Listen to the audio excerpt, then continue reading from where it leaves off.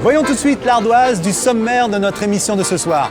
Nos mémoires du zinc seront consacrées à Laurent Gérard pour son livre Bulles de campagne. Dans Décalage, l'ex-truand François Marc-Antony nous parlera du film de Gérard Houry, Le Cerveau. Le célèbre duo de paparazzi Bruno Mouron et Pascal Rostin, dans notre séquence ping-pong, répondront à une critique de Bernard Géniès à propos de leur exposition Trash. Orlando nous dira sa passion pour Dalida, tandis que Marc Lévy nous livrera son journal intime. Enfin, notre performance sera assurée par la chanteuse Rose. Voilà, maintenant que vous connaissez le sommaire de notre émission, rejoignons Laurent Gérard pour ses Mémoires du Zinc.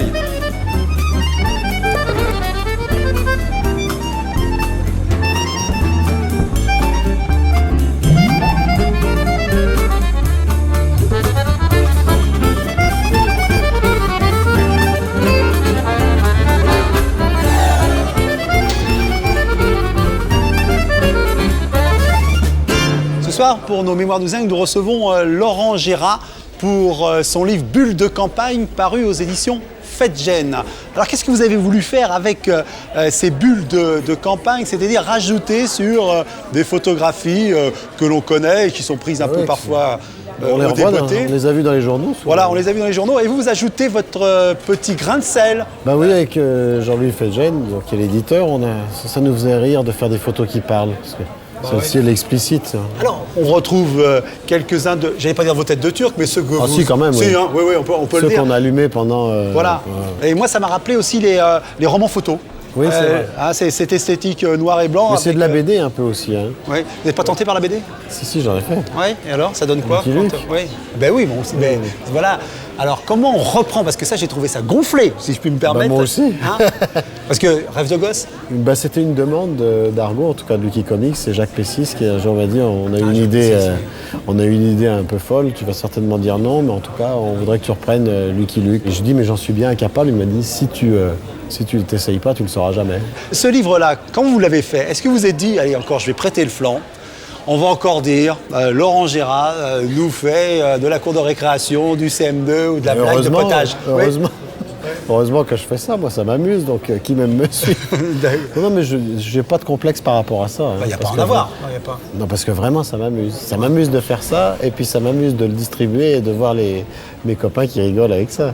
Alors vous connaissez le principe de notre émission, on va brosser un portrait de vous à travers les rubriques qui sont Punching Ball, Ping Pong, Passion d'auteur et Journal intime. Chaque rubrique étant assortie, la première... un accessoire. Punching Ball, voilà, ce sont des sujets d'actualité. Alors, quels sont les sujets, par exemple, que vous aimeriez traiter? Il y a un truc que j'ai remarqué, je ne sais pas si vous avez remarqué, en dehors de la polémique.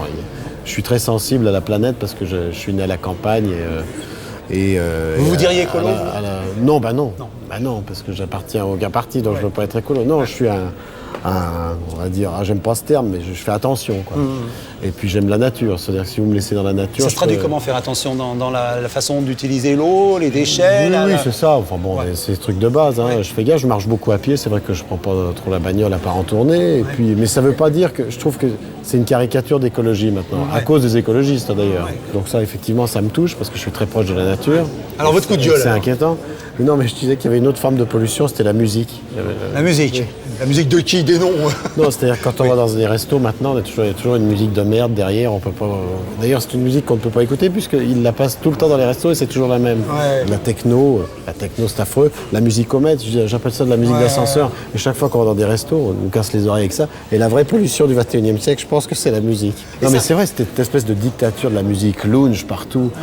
Quand on va à la montagne, c'est pour être tranquille. Quand on va boire un coup, on n'est pas obligé de subir une musique qu'on n'écouterait pas chez soi, quoi. Oui, mais vous savez, il y a des gens qui n'ont rien à se dire. Hein. Ça arrive dans les restaurants. Mais enfin bon, c'est rien à écouter non plus. Je ne pense pas que ce soit de la musique de chambre, du jazz. Alors je vous retire ce ping-pong. Ping-pong. Alors ping-pong, la petite balle en question. Avec cette petite balle, vous la gardez parce qu'on ne sait jamais des fois que vous soyez agacé par une critique. C'est l'occasion de lire les critiques. Et généralement, ce que l'on choisit, vous voyez, c'est un petit peu sévère. Je vais me permettre de vous faire un peu de lecture. Allons-y. Et on va voir si vous reconnaissez de quoi il s'agit. De quel journal surtout? Il y a quelque chose... oui, de quel journal? On va voir. Il y a quelque chose de pourri dans la tarte à la crème de Laurent Gérard. La grossièreté revendiquée est un fait. le populisme ricanant un autre, qui apparaît rapidement rédhibitoire à ce titre. L'imitation de Reggiani, tel qu'il est aujourd'hui, n'aura certes duré que quelques secondes, mais ressemble à s'y méprendre à un crachat obscène, non seulement à la face d'un monsieur, mais encore à la figure de l'inéluctable vieillesse qui nous guette tous. À commencer par vous, monsieur Gérard. Plus bête que bête, un peu comme cette chanson empruntée à Renaud et qui tape sans distinction sur deux dictateurs, Bush et Saddam. Ou les apostrophes sommaires et si convenus sur l'argent du contribuable, tellement facile, tellement faux et tellement dans l'air du temps. Ça rigole pas là. Qui c'est ça? Vous vous souvenez? C'est Libé, ça, non? Oui. Libé. Bon, oui. Libération, Oui. Again. Alors pourquoi vous dites Libé obligatoirement? Parce que vous êtes la cible de... C'est tellement... Mais non, c'est normal. Pourquoi c'est normal? Non, mais c'est une caricature d'un article de Libé. Ouais. Ça veut dire que Mais vous, qui ne me touche pas, parce que... vous savez déjà quand vous faites un spectacle... Mais je les invite pas déjà, donc j'ai pas de temps à perdre, j'ai pas assez de place pour mes copains, j'ai pas invité Libé pour me faire casser. Comme ils peuvent pas m'avoir en interview, ils sont obligés de dire des trucs. Et puis c'est pas grave, moi je suis pour la liberté de la presse, mais qui m'empêche pas de dire des conneries, mais ça m'empêchera pas de dire des conneries. Mais, mais vous avez comme ça votre petit club anti-Gérard, vous avez le sentiment? Mais j'espère bien. Oui. Voilà. Ah oui, vous en êtes fier de ça? Mais heureusement, Oui. c'est un luxe d'aristocrate de se faire des ennemis comme ça. Hein. Mais ils sont pas inattaquables. C'est-à-dire que c'est ça. La presse n'est pas inattaquable. Il faut pas lui donner plus d'importance qu'elle Ouais, n'en vous a. avez un droit de réponse permanent en fait. Et j'ai un droit de réponse permanent, et puis j'ai le droit de m'en amuser. Oui. J'espère bien, parce que franchement, je crois, si tout à coup vous manquiez d'humour par rapport à ça, ce serait non. une faute professionnelle. Exactement. D'accord. Alors, On raccroche. on raccroche, je reprends ma petite balle, puis mais décidément, vous ne voulez C'est pas me la... bizarre. Ah oui. Voilà, merci. Voilà. T'as droit. Très bien. Alors, notre séquence passion d'auteur, c'est l'occasion, grâce à ce miroir, de parler d'une passion. Et d'ailleurs... C'est bizarre, hein, parce que mais c'est un exercice. En fait, là, quand je regarde comme ça, je vois votre tête avec le bas de mon corps. Et ça donne quoi, alors? Bah, écoutez, ça va pas mal. Il ne reste plus qu'à mettre une bulle, c'est ça? Voilà. Quelle est la personne, le personnage ou le créateur dont vous aimeriez parler? Moi, la première fois que j'ai pu lire un bouquin jusqu'au bout, c'est quand j'étais adolescent, c'était un San Antonio. J'étais chercher. Vous êtes venu avec... Dans la bibliothèque on peut montrer. voilà. Alors ça, c'est au Fleuve Noir, San Antonio, rue des Maccabées. Et puis alors, la sexualité, bien sûr, vous avez... C'est les hors-séries. Mais j'aime beaucoup les hors-séries aussi. Oui, il y a eu l'histoire de France. Et puis, faut-il tuer les petits garçons qui ont les mains sur les hanches, qui est son histoire. Et c'est vrai que Dard, moi je trouve que c'est un des grands penseurs de Vous notre l'avez siècle. rencontré? Je l'ai rencontré une ou deux fois. Malheureusement, j'ai pas eu le temps de beaucoup passer de temps avec lui. J'étais très impressionné. Il y a plusieurs phrases de Dard moi, que j'ai faites miennes. Exemple? Par exemple, le con ne perd jamais son temps, il perd toujours celui des autres. Ouais. Où on n'a rien à gagner avec des gens qui ont rien à perdre. Et une que j'aime beaucoup, et parfois je dis, vous savez de qui c'est, la foi, c'est prier un doute pour qu'il protège d'une réalité. Très joli. C'est joli, hein? Très, très, très joli. Mais c'est bien de le reconnaître parce que beaucoup de gens ont lu, ont aimé San Antonio, mais ça fait pas chic de dire qu'on aime San Antonio et Frédéric Dard. Ça fait pas chic parce que ça serait pas dans l'IB. Non, moi, je le dis parce que j'ai une passion Oui, également sais, pour San Antonio. On en a parlé. Mais Frédéric Dard, vous disiez c'est un analyste, c'est un Lyonnais, il aimait bien manger. Bon, mais il était profondément dépressif. Je sais, oui. Mais c'est d'autant plus touchant de faire rire et puis d'avoir cette facilité. Et je sais que ce n'en est pas une parce que j'avais vu des interviews où il disait que c'était très très dur d'écrire un San Antonio. Oui. Mais d'avoir cette verve, cette facilité et puis cette humanité qui se sent là-dedans. Oui. Et lui, effectivement, n'était pas dupe. Je pense qu'il n'était pas dupe. C'est peut-être pour ça qu'il était dépressif. Oui, et puis il a même voulu se suicider. Oui, oui. Et je me souviens, il avait dit d'ailleurs, vous imaginez le gros Dard pendu au plafard comme un sauciflard. Et ça, c'est génial. Se moquer de lui comme ça. Voilà, c'était un hommage à San Antonio à travers deux ouvrages, rue des Maccabées. On peut en prendre plein. Hein, puis la sexualité, vous pouvez y aller, vous pouvez vous faire... Ça termine toujours par une étagère. Journal intime. Alors, journal intime, c'est l'occasion de vous donner cette petite caméra. Ça, je ne sais pas trop où nous servir. Bon, vous mettez votre main là, comme ça. Oui, d'accord, okay. Vous filmez ce que vous souhaitez. Mais l'idée, c'est de nous emmener dans un moment d'intimité de Laurent Gérard, des choses que l'on connaît pas. J'adore les vieilles choses. J'aime bien les vieux bois, j'aime bien les matériaux nobles. Puis alors, il y avait évidemment vous êtes un Georges Schiner, vous, brocante? Oui, j'aime bien, oui. Oui, j'aime bien les vieilleries. Et puis j'aime bien la fresque là, qui est autour, La les fresque, lampes. effectivement.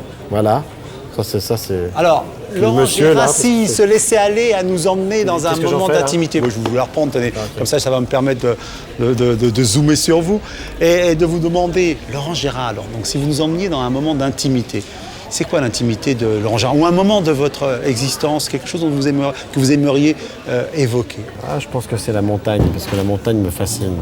C'est ma drogue en fait. Hein. Ouais. Moi, ça me ressource. La montagne. La montagne, parce que la nature change tout le temps.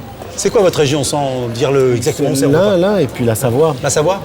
Donc je suis né dans l'Ain, mais mon grand-père était originaire de la Savoie. Et c'est vrai que mon grand-père, c'est lui qui m'a fait monter sur scène, et qui m'a appris Qu'est-ce un qu'il petit faisait, peu lui? les plantes. Il était président de la fanfare du village Ah ouais d'Arsenal, ouais. Et puis... On disait pas une harmonie, non? oui, c'est ça, une harmonie, exactement. Ouais. Mais c'est vrai que j'ai un rapport à la montagne qui est assez particulier. Je peux marcher longtemps. C'est vraiment ce qui me ressource. J'adore la marche et puis j'adore découvrir. Et puis j'ai une obsession qui est la perte de temps. Ouais. Donc c'est vraiment là où je me repose. Mais le grand-père, là, quand il a une harmonie comme ça, il n'a pas essayé de vous faire jouer dedans? Non, ça c'est mon grand regret. Pas jouer d'un instrument, ça c'est mon regret. Ah bon, il a Mais même pas... je joue de celui-là. Oui, mais il n'a même pas réussi à vous faire taper. Non, mais quand il est décédé, j'étais encore jeune, quoi, j'avais 10 ans. Mais tout ce qu'il m'a appris, je pense que ça me sert maintenant. Et alors, Ça qu'est-ce qui s'associe le plus à la montagne pour vous? Les promenades ou bien aussi il y a les copains dans un chalet le soir? Dans un chalet, oui, il y a ça, il y a les copains dans un chalet, il y a le feu de bois et puis le bruit des pas dans la neige. Ça, j'adore. Les pas dans la neige? Ça, c'est fabuleux. Et puis ce côté rude, le fait que la montagne, ça s'apprivoise, quoi. Et puis que d'un moment ou à un autre, elle peut... On n'est jamais le patron, quoi. On n'est jamais le patron. Absolument.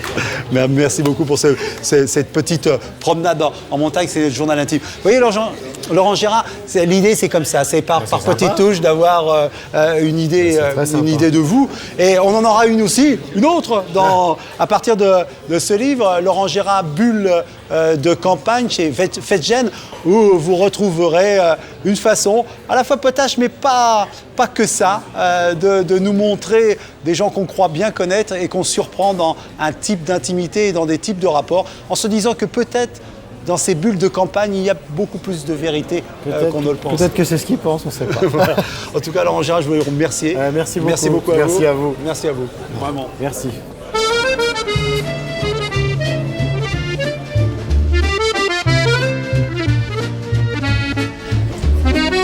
François Marcantoni est l'un des derniers représentants du milieu à l'ancienne des années 50, régi par un code d'honneur.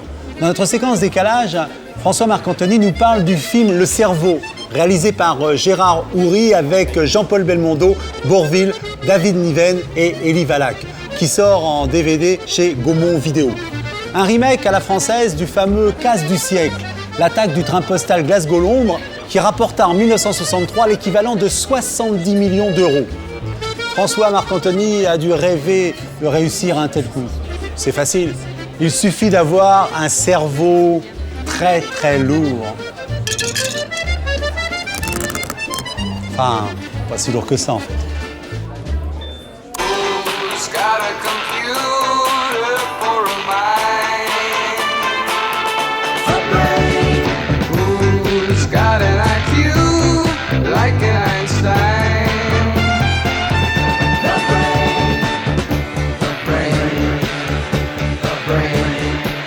Quand vous parlez du milieu, moi je vais vous dire une chose, je suis le dinosaure, moi. Je suis un des derniers. Oh merde, c'est pas vrai. Me voilà en cabane. En souvenir dans ma tête, il y a Bourvil et Belmondo. Eh bien, qu'est-ce que c'est comme un film? Je crois que c'est Le Cerveau, oui. Oui. Taxi, vous êtes libre? Depuis 5 minutes. Et grâce à toi, mon pote.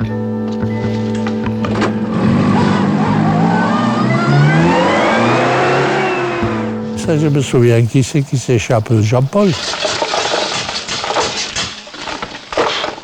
Coucou! Enfin, coucou! Mais pourquoi il dit plus coucou? Mais ça, c'est possible, ça s'est fait, ça s'est fait à la santé, ça, où on s'échappe par un tunnel, ça existait, c'est vrai.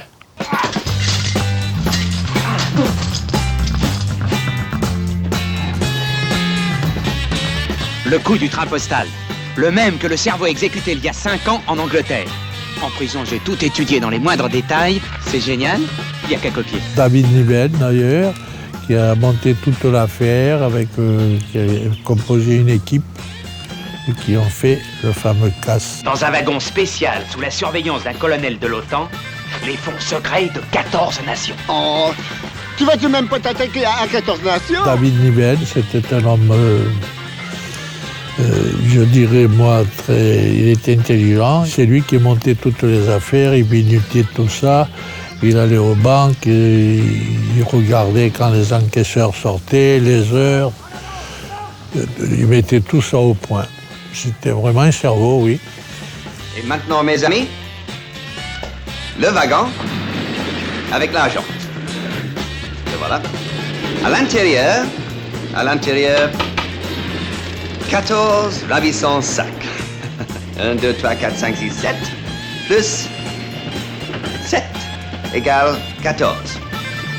Surveillé par 4 gardes armés jusqu'aux dents. Lumière, s'il vous plaît. Messieurs, comme vous vous en souvenez, pour l'affaire Glasgow-Londres, j'ai dû demander un congé militaire. Cette fois, pas besoin de permission. J'ai réussi à me faire nommer pour protéger l'argent que nous allons dérober. Quand on préparait un braquage, monsieur, je vais vous dire une chose. D'abord, quand on repérait les lieux, c'était mon travail. J'étais le chauffeur de la traction avant. J'allais repérer ce qu'on appelle la cavale pour s'en aller. Et alors avant, si vous voulez, après le hold-up, la police arrivait 8-10 minutes après. Alors vous aviez bien le temps de foutre le camp. Maintenant, ils sont plus rapides, c'est plus la même chose. Ils sont un peu plus rapides. Tu vois, Suzanne, ma chérie? On s'en est tiré encore une fois. Vous venez chez moi, à Paris ou ici, vous voyez ma garde-robe, vous pouvez penser qu'il y a des chaussures et compagnie. J'aimais ça, et je vous le dis, comme j'aimais les belles voitures. J'ai toujours été, c'est vrai, j'ai toujours été fidèle de Citroën, oui, c'est vrai.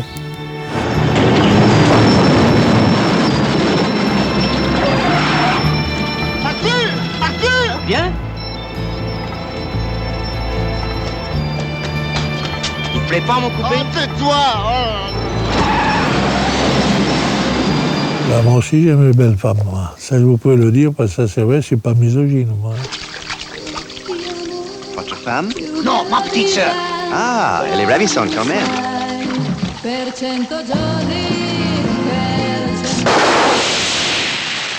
Les gens qui sont organisés, ils ont quand même aussi du matériel. Moi, je ne fais plus ça.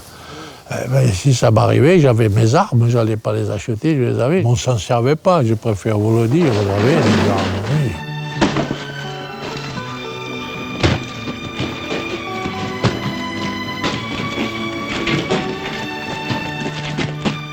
Là, il y avait le paquet. À l'époque, il y avait 800 millions, là. C'était pas rien, c'était toute la paye de la SNCF. Un braquage, c'est du rapide. Hein. Si vous avez un bon renseignement, un braquage dure 1 minute, 2 minutes. Alors qu'un casse, ce que j'appelle un casse, c'est d'aller casser une porte, d'aller casser un coffre-fort.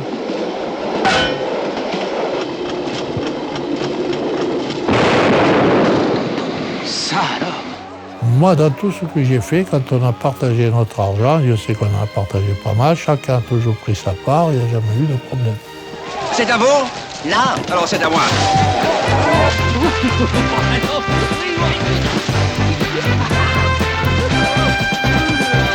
Who's got a computer for a mind? The brain. Who's got an IQ like an Einstein? The brain.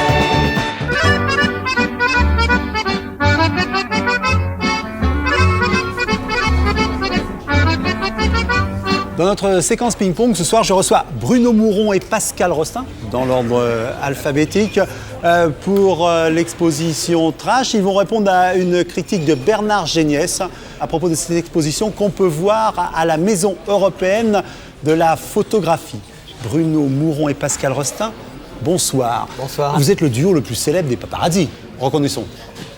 Si vous appelez paparazzi les photographes qui font de l'investigation dans le people, mais on ne fait pas que ça, on fait aussi de l'investigation dans le fait divers. Et quand on part, par exemple, en Irak, pour faire des photos ou aller récupérer l'album de famille de Saddam Hussein, là on n'est plus paparazzi. D'accord. Alors on va parler de cette exposition. Il y a à partir de cette exposition Trash, un livre qu'on va compulser, mais dire le principe de l'exposition, c'est que vous êtes allé dans les poubelles de stars aux États-Unis, parce que vous avez commencé à regarder en France. Vous aviez, on a commencé en France parce qu'en fait, je sais que ça déplaît à certains critiques, mais c'est vrai qu'en 88, on avait lu un article dans Le Monde d'un prof de sociologie de Montpellier, oui. qui avait fait une étude sur la société de consommation en France. Et pour ce faire, il avait demandé à ses étudiants de collecter les poubelles de 10 familles françaises pendant 1 an. Et il expliquait, dans les poubelles, on voit ce que les gens mangent, ce qu'ils boivent, ce qu'ils fument, ce qu'ils lisent, s'ils ont des enfants, s'ils ont des animaux. Et on voit surtout la personnalité des gens. Et à l'époque, moi, je faisais les photos de Gainsbourg. Et je lui dis, Serge, je vais prendre tes poubelles. Et j'ai ramené les poubelles au studio et on les a étalées sur un fond de velours noir. C'était une telle caricature de Serge, les paquets de gitane, les bouteilles de Ricard, c'était tellement caricatural qu'on a hésité à continuer. On s'est dit, les gens vont penser qu'on l'a imaginé, tellement la poubelle est vraiment le reflet de la personnalité des gens. Alors c'est vrai qu'on l'avait fait on avait commencé avec Bardot, Le Pen, Georges Marchais, Tapi, Noah, Depardieu, Gainsbourg. On en a fait une dizaine en France et ça avait tellement bien marché qu'on avait un patron à l'époque qui s'appelait Daniel Philippaki. Oui. Et Daniel nous avait dit d'aller le faire à Los Angeles. Et c'est cette exposition, enfin, c'est ces photos des stars américaines qu'on expose. Alors, en ce moment. voyons un peu les photos, parce que comme vous l'avez dit, il y a 2 temps. Il y a les poubelles et après, il y a les photos que vous réalisez à partir de ces poubelles. Alors, quels sont les stars que l'on va rencontrer dans cette exposition Trash? Ça va de Sharon Stone, Madonna, Ronald Reagan, le président Reagan, Elizabeth Taylor, Marlon Brando, Jack Nicholson. Enfin, Schwarzenegger, c'est incroyable. Schwarzenegger, on a trouvé, il est quand même gouverneur de Californie. On sait que depuis la baie des Cochons, il y a un embargo sur Cuba. Et on trouve des mégots et des boîtes de cigares en provenance de la Havane. Il n'y a pas d'embargo pour tout le monde. Voilà. Bon, vous avez la main qui... On attaque. Le départ, voilà. Le départ. Voilà. Bonsoir, j'ai vu votre exposition à la Maison européenne de la photographie. J'avoue que je ne l'ai pas beaucoup aimé. Pour une première raison, c'est que d'abord, j'aime pas beaucoup les paparazzi, parce que je trouve que ce sont des photographes qui se mêlent de ce qu'ils ne regardent pas. Et donc les journalistes d'investigation sont aussi des journalistes qui se mêlent de... Alors déjà, c'est mal parti, parce que s'ils commencent à dire « je n'aime pas parce qu'ils se mêlent de ce qu'ils ne regardent pas », le but d'un journaliste, c'est quand même ça. Les paparazzi, aujourd'hui, c'est quoi?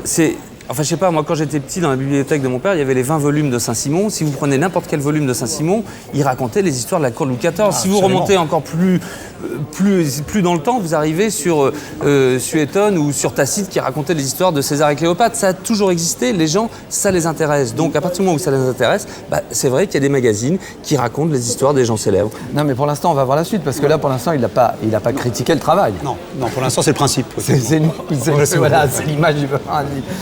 En vous attaquant aux poubelles de ces stars, enfin que ce soit qu'est-ce qu'il y a, Madonna, Schwarzenegger, je trouve qu'en soulevant ce couvercle-là, vous dépassez un peu les limites de ce qu'on peut attendre d'un photographe. Pourquoi? Parce que je trouve que c'est un pas de plus vers le viol, comme ça, de l'intimité des gens. Quand on met des choses à la poubelle, c'est pas pour que les gens ou que d'autres aillent soulever le couvercle. Alors le viol de l'intimité, oui.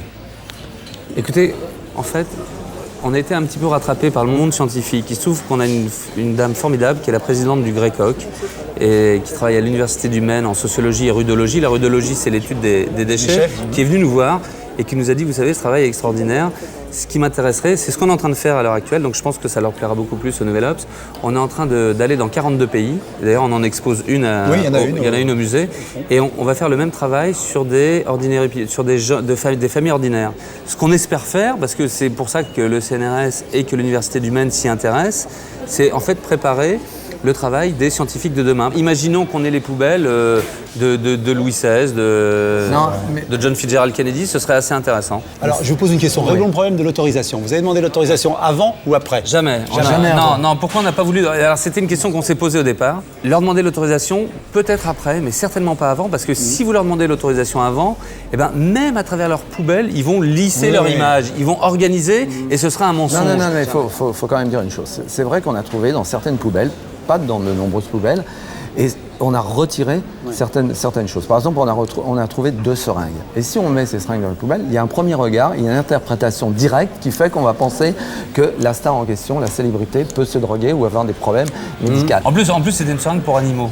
Mais en photo, vous voyez une seringue dans la poubelle d'une star, tout de suite vous allez penser. Et c'est aussi pour ça qu'on a déposé le concept, parce qu'on ne veut pas que ce soit récupéré. Là, c'est vrai qu'il y a des magazines qui nous ont demandé de faire les poubelles de Sarko, de Sego, de Bérou, de Nicolas Hulot, pour voir s'il était vraiment écolo. Et en fait, pourquoi on ne l'a pas fait? On ne l'a pas fait parce que justement, on ne veut pas que ce soit récupéré. Non, puis ça sort du concept. C'est plus du tout le même concept. Là, ça devient purement un concept journalistique et de récupération. Et nous, c'est pas du tout notre but. Continuons, donnez un peu la parole à l'accusation. Ouvrir les sacs. Deuxièmement, c'est de faire le choix aussi d'exposer ces photographies, comme si, à vos yeux, c'était une sorte de trophée qui avait une valeur quelconque.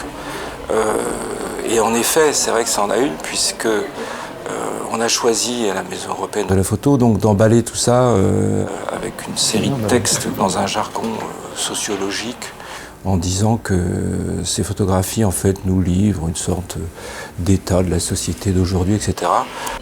Ah oui, mais alors le texte qui est tiré de la préface du livre, en aucun cas on le revendique, parce qu'il est signé de Loïc Mal, qui a étudié, qui est une sommité dans l'art, qui a lui-même étudié ce travail depuis des années et qui nous a fait le plaisir et peut-être même l'honneur de préfacer le livre. Donc voilà, c'est pas nous qui signons ce texte. Mais lui, dans ce texte, il veut dire quoi? Il veut dire que dans l'approche de l'art, n'est pas encore arrivé le monde de la presse et le monde des photos de presse et tout, etc. Et que peut-être il y a une faille justement pour essayer de s'engager, parce qu'il y a des photos de paparazzi qui sont magnifiques. Mais bon, ils ont. Mais est-ce que ce qu'on vous reproche, c'est pas d'entrer dans les musées, justement Bien sûr. Mais évidemment, c'est ça. Évidemment, parce que nous, en tant que catalogue paparazzi, on a le droit de ne faire uniquement notre travail. C'est vrai que nous, en photographiant ces poubelles, il y a des célébrités, c'est les poubelles des célébrités, c'est une image à plusieurs lectures. Les gens, évidemment, ils la regardent à 2 mètres et ils s'approchent parce qu'ils vont voir le petit objet, le truc, ils s'y retrouvent.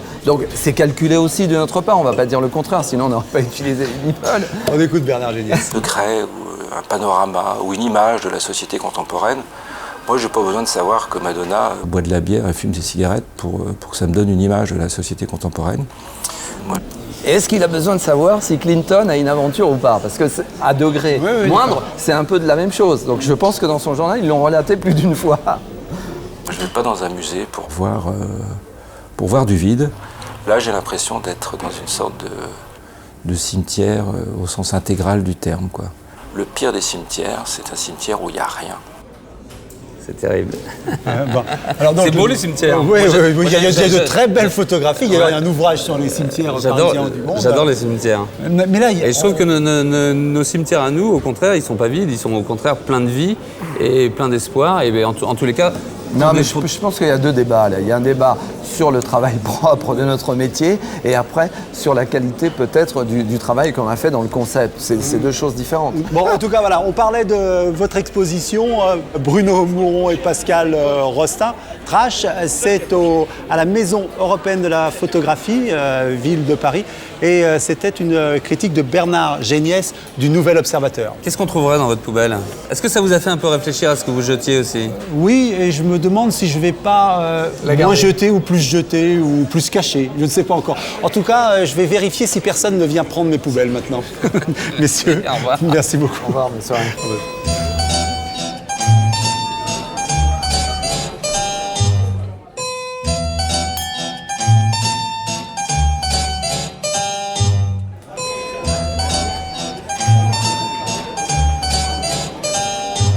Le 3 mai 1987, Dalida nous quittait. De son vrai nom, Yolanda Gigliotti, Dalida avait 2 frères, Bruno et Orlando. Bruno se fera appeler Orlando quand il entreprendra, dans les années 60, une carrière de chanteur en France, après avoir créé en Égypte le fameux Mustapha, Chérie je t'aime, chérie je t'adore, repris plus tard par Bob Azam. Mais c'est surtout en devenant le producteur de sa sœur, Dalida, qu'Orlando accomplira ce pourquoi il se considérait destiné. À l'occasion de l'anniversaire des 20 ans de la mort de la chanteuse, il est à l'initiative de l'exposition sur Dalida à la mairie de Paris qui se tient salle Saint-Jean à partir d'aujourd'hui pour une durée de 4 mois. Et chez Universal, d'un coffret de 5 CD, les 101 plus belles chansons de Dalida. Une série d'hommages qui nous permet de retrouver ou de découvrir celle qui fut la chanteuse préférée des Français? Pour moi, il y a eu 3 Dalida, je le dis souvent. Il y a eu la Dalida de la première manière, la Dalida qui correspondait à son âge, la brune, la pulpeuse, venant d'Égypte avec des cheveux noirs. Elle venait à peine de gagner Miss Égypte et rencontrait le soir même de son élection 3 personnes, un Français, un Américain et un Égyptien. L'Égyptien lui fera tourner son premier film où on la voit en infirmière essayant de vomper le médecin. Et ensuite, le film français qui va être le démarrage, le détonateur de sa carrière, parce que c'est Marco de Gastine qui découvrit Dalida en Égypte et qui ensuite va la conseiller de venir tenter sa chance en France. Elle a débarqué en France le 25 décembre 1954. Elle était venue pour faire du cinéma, car Dalida voulait faire, elle voulait être actrice. Mais c'est la chanson qui va lui ouvrir les bras, et c'est dans la chanson qu'elle va trouver sa vraie voix, sa discipline. Voilà. Un soir à la Villa d'Est, là, elle se produisait pendant l'année 55, un cabaret en passant en supplément d'un programme où la vedette était Charles Aznavour ou Juliette Gréco. Dans la salle, il y avait Bruno Cocatrix, et qui lui a dit Dalida, et avec la voix et le physique que vous avez, moi j'organise le numéro 1 de demain. Ça se passe à l'Olympia, et disons, il y a 2 jeunes talents qui peuvent s'exprimer devant des professionnels. Et c'est comme ça que Dalida, au mois d'avril 56, s'est présentée devant les gens du métier à l'Olympia. Ce soir-là, il y avait dans la salle Eddie Barclay, qui allait devenir son éditeur, et Lucien Maurice, qui allait devenir son Pygmalion, et plus tard son mari. Son 3e 45 tours, ce sera Bambino. À l'époque, le 45 tours venait de 2 modèles et 78 tours. Et Eddie Barclay avait pensé que pour lancer ce 45 tours, il lui fallait une nouvelle vedette, une vedette de jeune, et puis qu'elle soit, si possible, belle. Ça a été le cas de Dalida. Et puis les chanteuses de l'époque, même s'ils avaient beaucoup de talent, de belles voix, mais c'était quand même, comme il disait Bruno Cocatrix, un peu poussiéreux. C'est-à-dire qu'ils étaient des chanteuses qui chantaient avec devant un micro fixe, avec les bras qui longeaient leur corps, mais ne bougeaient pas. Dalida est arrivée ça, elle a donné un coup de vent comme une tornade venue du terre, elle a poussiéré tout ça, elle a mis la robe courte, elle a pris le micro à la main, elle a dansé, elle a commencé à chanter avec ses mains, avec ses cheveux, tout ça, bon, tout son être. Ce qui fait qu'en quelques semaines, simplement, les jeunes l'avaient adopté. Bambino s'est installé à la première place du parade pendant 1 an et explosé dans le monde entier. Je sais bien que tu l'adores et qu'elle a des jolis yeux, mais tu es trop jeune encore pour jouer les amoureux. Et gratta, gratta sul tuo mandolino, mon petit bambino, ta musique est plus jolie que tout le ciel de l'Italie. En 1967, le 2e homme important de sa vie, puisque le premier ça a été Lucien Maurice, ça va être le chanteur italien Luigi Tenco. Je pense que les gens connaissent la suite. Ils se sont aimés pendant 6 mois. Ils ont chanté ensemble ce fameux janvier 67 à San Remo. La chanson n'a pas été retenue. Luigi Tenco s'est suicidé. Dalida, c'est elle qui l'a découverte. D'abord, elle va tenter de le suivre par amour, suicidé un mois après. Heureusement pour nous et pour elle surtout, elle a été sauvée après 5 jours de coma. Et de là, elle va naître la deuxième Dalida. C'est la Dalida qui va se poser plein de questions. La Dalida qui va dire au revoir à la jeune fille brune, pulpeuse, qu'elle chantait des refrains avec des mélodies extraordinaires sans se soucier de beaucoup trop de textes. Et elle va dire bonjour à la Dalida qui va avoir une soif énorme de savoir qui elle est. Elle avait besoin d'une autre nourriture, la nourriture spirituelle. Et elle va aller dans un ashram aux Indes. Ce sera pendant les 4 années où il va se dédier à savoir qui elle est. Un jour, le sage lui dira, mais Dalida, que cherches-tu? Elle dit, je veux savoir qui je suis, pourquoi je suis sur la terre et qu'est-ce que je dois porter. Je veux savoir le pourquoi. Et elle a dit, ne cherche pas, tu es née artiste, tu es chanteuse, retourne vers ton public. Et c'est comme ça que Dalida reviendra en France, à Paris et surtout à l'Olympia en 1971. Et tout ce travail qu'elle avait fait en profondeur, ça va se sentir dans l'interprétation de ces chansons. Et c'est comme ça que Dalida, elle a pu donner toute la dimension de son art, parce qu'elle savait quand elle chantait l'amour et quand elle chantait le désespoir et quand elle chantait l'absence, elle savait de quoi elle parlait parce qu'elle chantait son vécu. Ensuite, la troisième Dalida va naître, c'est la Dalida de paillettes, la Dalida avec ses robes qui feront rêver les femmes du monde entier, Dalida qui va oser montrer son corps à 47 ans au Palais des Sports à faire pâlir une jeune fille de 18 ans et ensuite elle va enchaîner tube sur cette période-là. Bésame, bésame mucho. Cette chanson d'autrefois, je la chante pour toi. Elle a compris en définitive, comme elle le disait si bien, j'ai réussi dans la vie, mais ma vie, je ne l'ai pas réussi. C'est vrai parce qu'elle ne s'en était pas beaucoup occupée, elle était tout à fait, comme ça s'appelle, décidée à réussir Dalida. Quand je parle de Dalida, je dis que l'enfant, le vrai enfant que Yolanda a eu, Yolanda, pour les gens qui ne savent pas, c'est le vrai nom de Dalida. Le plus bel enfant que Yolanda a eu, ça a été Dalida. Elle voulait être Dalida et elle a réussi à l'être. Sauf que Yolanda, bien sûr, elle a été mise de côté. Dans la nuit du 2 au 3 mai, elle a décidé de nous quitter. Elle est partie sur la pointe des pieds, avec une élégance qui avait été la sienne. Et elle a laissé un petit mot, tout simple. La vie m'était insupportable, pardonnez-moi. Et elle est partie sur la pointe des pieds.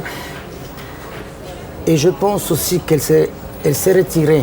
Yolanda, elle a fait une ultime don à Dalida de sa vie. Elle s'est retirée pour que Dalida puisse rentrer dans l'éternité. Et vu depuis 20 ans ce qui se passe depuis son départ et c'est pas fini, je pense que même malheureusement pour nous, et pour elle, surtout, elle a réussi son pari. Bien sûr, Renaud. C'est une très très belle et très émouvante évocation. Non, c'était formidable, formidable.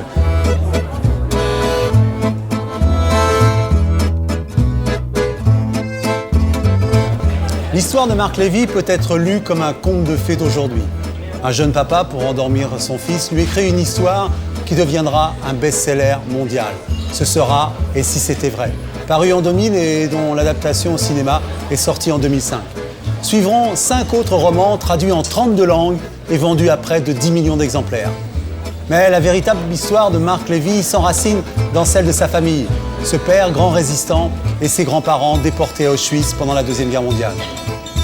Dans son dernier roman, Les Enfants de la Liberté, paru aux éditions Robert Laffont, Marc Lévy raconte l'histoire de 2 adolescents qui vont entrer dans la résistance. Un hommage aux siens, bien sûr, et l'occasion pour chacun de se poser cette question toujours actuelle. À 18 ans, qu'est-ce que j'aurais fait le 21 mars 1943 ?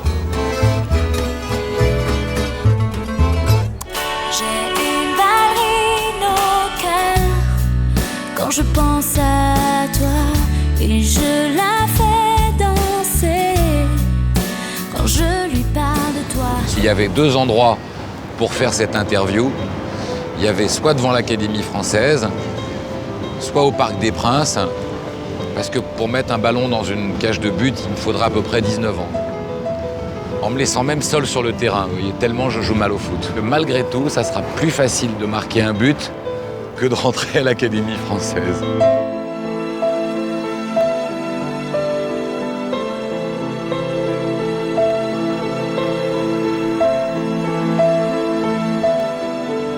Ma grand-mère jouait très bien du piano. Et ma grand-mère avait 2 filles, ma mère et sa sœur. Et malheureusement, l'une de ces 2 filles est morte à 17 ans d'une poliomyélite. Ma grand-mère, pour lutter contre la paralysie, lui faisait travailler le piano. Et lui faisait répéter des gammes pour retarder l'échéance. Et puis malheureusement, la maladie a emporté la sœur de ma mère 2 ans avant qu'on ne découvre le vaccin. Et ma grand-mère s'est arrêtée du jour au lendemain de jouer au piano. Le hasard a voulu qu'un jour, j'étudie le morceau qu'elle faisait répéter à sa fille. Le clair de lune de Werther. Elle est entrée dans ma chambre, elle s'est assise à côté de moi au piano et elle m'a dit « ça n'est pas comme ça qu'on le joue ». Et elle a posé ses mains sur le clavier et elle l'a joué à la perfection, alors qu'elle n'avait pas touché un clavier probablement depuis plus de 25 ou 30 ans. Et elle l'a joué une fois. Elle m'a dit voilà, c'est comme ça. Et puis elle s'est levée, elle est repartie dans sa chambre.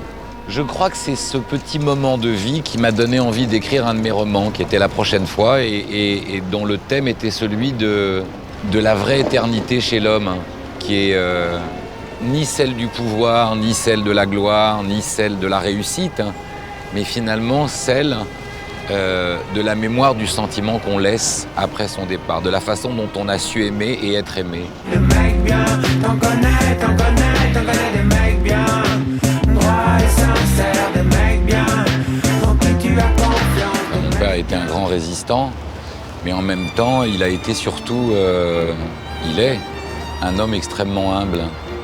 Et je crois que, puisqu'il ne nous a jamais parlé, ni à ma sœur, ni à moi, de sa résistance et de son passé de résistant, ce qui nous a le plus transmis, c'est, un, d'abord le goût de l'humilité, deux, celui de l'humour, et trois, celui de la liberté. Un jour, maman est entrée dans ma chambre et elle m'a demandé si je voulais les accompagner à Toulouse. Et comme on était pas très loin du bac, je m'étonnais que maman me propose de sécher les cours. Et donc je lui ai demandé pourquoi, et elle m'a dit parce qu'on va décorer ton père. Et je me suis retrouvé à Toulouse, entouré d'une dizaine d'hommes et de femmes qui avaient l'âge de mon père, et qu'on décorait de la Légion d'honneur à titre militaire. Et papa est resté très discret. Quand je suis revenu vers lui, en lui demandant pourquoi il ne m'avait rien dit,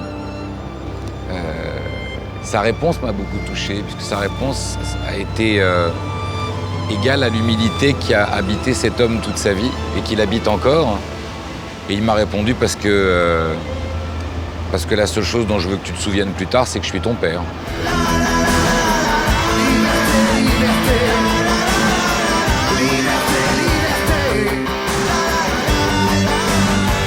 Romain Gary, c'est un auteur qui a énormément compté pour moi. Parce que Romain Gary posait des mots justes sur des sentiments. Il posait des mots justes sur des idées, sur des valeurs. Et qu'il y avait dans ces mots une puissance extraordinaire assortie d'une pudeur incroyable. Je crois que c'était un homme qui était tellement amoureux de la liberté que lorsqu'il s'est retrouvé prisonnier du personnage de Romain Gary, il a eu ce formidable culot de créer un personnage vierge de tout et dans lequel il retrouvait une liberté d'écrire et une liberté d'exister.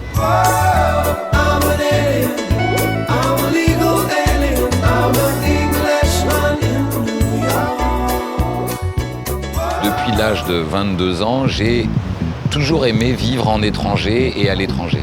D'abord, quand on vit en étranger, on vit dans une école d'humilité quotidienne. Parce que votre vie ne repose sur aucun acquis, il n'y a pas de certitude. Chaque chose de votre quotidien est une question, chaque pas que vous faites est une découverte. Et les autres, et personne ne vient à vous si vous n'allez pas vers les autres. Parce que pour moi, le fait de dire qu'on est tous l'étranger de quelqu'un est loin d'être une lapalissade. C'est quelque chose qu'on peut oublier, qu'on est soi aussi l'étranger de quelqu'un. Pourquoi est-ce que j'aime particulièrement Londres, après avoir pas mal bourlingué? C'est une ville où quand on marche le long d'une avenue, on entend 20 langues. C'est une ville où quand on rentre dans un restaurant, la vie est en couleur, puisque pratiquement toutes les ethnies y sont présentes. Et moi, j'aime le monde en couleur. J'aime le monde pluriel, j'aime le monde des étrangers. Je n'ai jamais cherché à entrer dans le milieu littéraire, parce que j'ai toujours aimé cette phrase de Coluche qui disait « Quand on est au milieu d'un milieu, on ne voit plus grand-chose ». Juste quelqu'un de bien, quelqu'un de bien, juste quelqu'un de bien, quelqu'un de bien.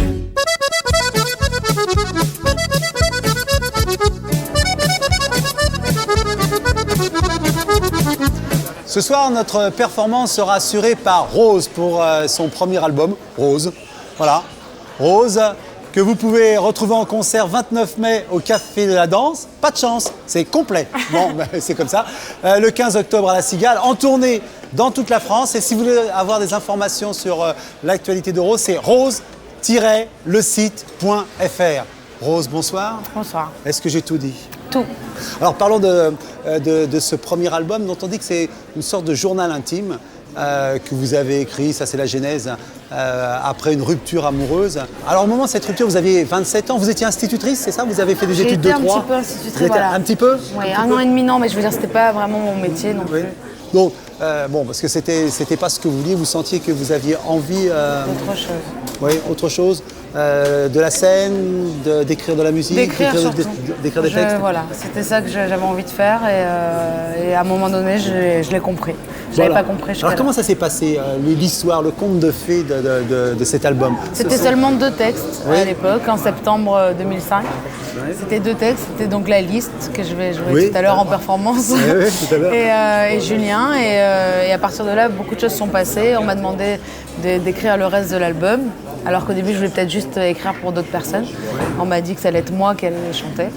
Au-delà de ce premier album, est-ce que vous, avec celui-là, vous avez réglé tout ce qui était de l'ordre de la douleur amoureuse et que maintenant, vous avez le sentiment que vous pouvez passer à autre chose? Carrément. Oui. Je pense que là, je passe à autre chose. Disons qu'il va falloir que quoi qu'il en soit, quoi qu'il se passe dans ma vie, il y aura vraiment un accent beaucoup plus positif dans la suite. Mais c'est vrai que c'est toujours plus facile d'écrire un petit peu dans la mélancolie, de se mettre dans des situations, de se mettre la nuit à écrire. Voilà, ça c'est plus simple. Mais vos inspirateurs ou inspiratrices dans le monde musical d'aujourd'hui ou d'hier, c'était qui? Moi, musicalement, c'est beaucoup la folk américaine des 60-70, c'est-à-dire Bob Dylan, John Bess, Joni Mitchell, et puis même tout le reste. Que ce soit votre nom, c'est Janis Joplin, c'est The Rose. Janis Joplin, c'est une idole, c'est même pas une influence, c'est vraiment... c'est au-delà de tout.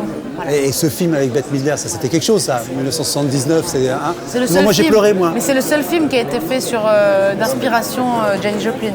J'attends un film aujourd'hui, on m'avait dit que c'était Pink qui devait faire le rôle de Janis Joplin et j'attends toujours. Mais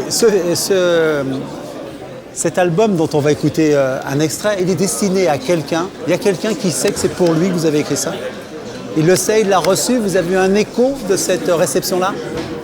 J'ai eu un écho au jour le jour. Pendant que je l'écrivais, déjà, j'avais cet écho-là. C'était quelqu'un avec qui j'avais des rapports et qui pouvait me donner son avis. Et aujourd'hui, il est encore très présent. Voilà. Alors, je crois que vous allez nous interpréter La Liste, qui est justement l'énumération de toutes ces petites choses amoureuses que l'on peut faire avec l'homme qu'elle aime. On va voir ce qu'il en est. Hein. On va voir. On peut faire tant de choses, n'est-ce pas? Donc, on écoute Rose, un extrait dans son premier album Rose. C'est La Liste. Rose, c'est à vous. Merci.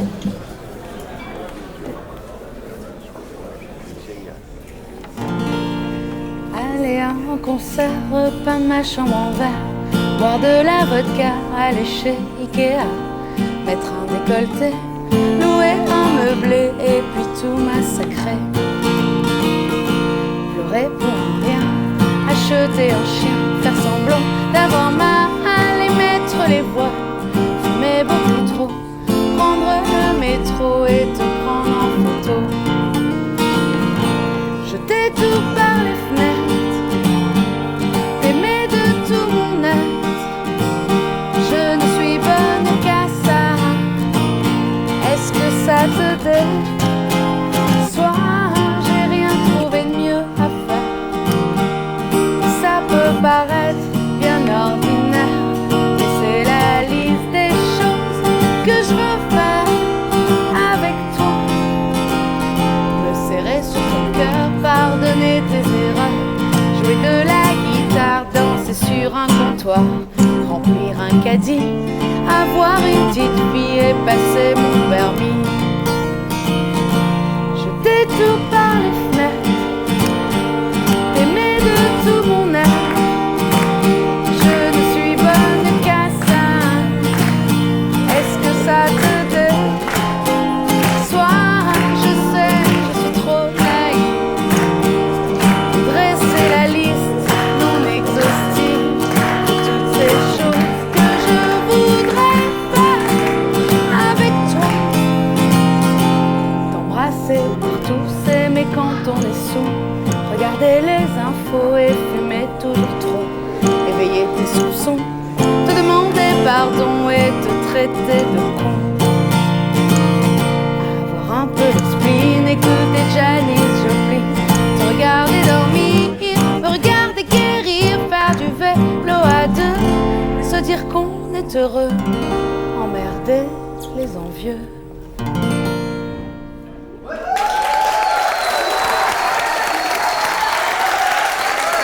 C'était la liste extrait de l'album Rose, de Rose, que vous pouvez retrouver en concert au 29 mai. N'y allez pas, c'est complet, on l'a dit. 15 octobre à La Cigale, en tournée dans toute la France, sur le site rose-le-site.fr. Rose, merci. Merci beaucoup. Voilà, c'était Café Picouli.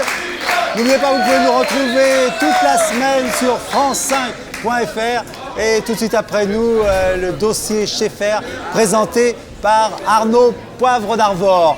Quant à nous, on se retrouve vendredi prochain à la même heure. Bah, merci, voilà. Merci. Ciao, ciao.